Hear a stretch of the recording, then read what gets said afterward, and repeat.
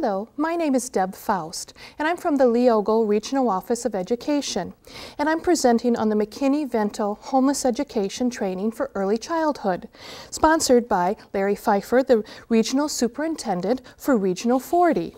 So let's first talk about who is homeless.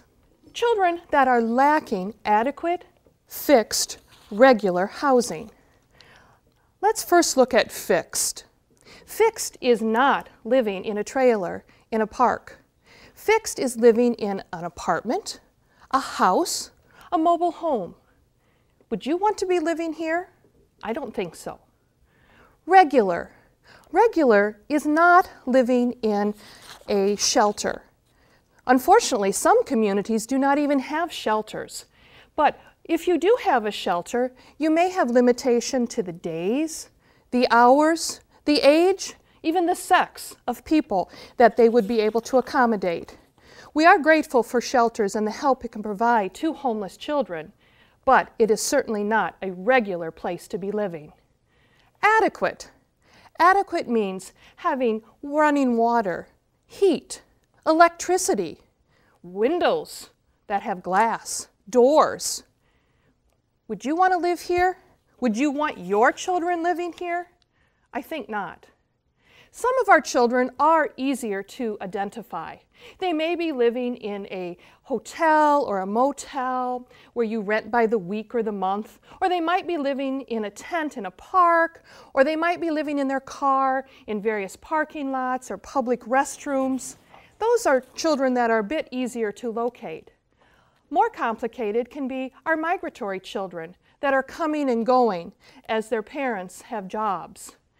Another category are our children that are involved in our foster care system, children that are awaiting permanent placement. These children have already been taken from their home and are now in a foster care system. They definitely are qualifying as being homeless. Our most difficult to locate can be those that are doubled up, or what we call couch surfing. A whole family can be living with other people. Maybe because of domestic violence, they had to leave their home.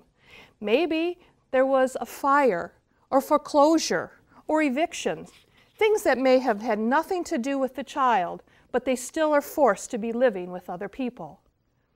Looking directly with our early childhood, our children are needing to have the same free, appropriate education that other children experience. They need to have immediate enrollment. Unfortunately, oftentimes there are waiting lists, but a homeless child needs to be prioritized and at the top of the waiting list. If you have a child that is in your program that is homeless and you do not have room, please report them to other programs, especially Head Start, because possibly there may be an opening there.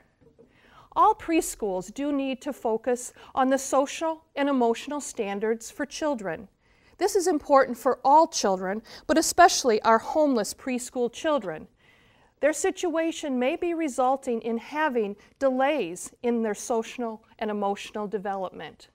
Our programs oftentimes have what's called a parent coordinator, and this person is to work with these parents. All parents want to be the best possible parent they can. Our homeless parents may need help at being connected to community services and being aware of the rights and responsibilities that they have. Our preschool programs may need to make adaptations in their curriculum in order to better serve the children that are experiencing homelessness. Homeless preschoolers do have special barriers. One, when you do enter preschool, you have to have a screening. It's possible that the screening took place when the homeless family was not in your area, or possibly they had no transportation in order to get to the screening. Special arrangements need to be made for these children to have their screening. As mentioned, waiting lists are oftentimes a problem.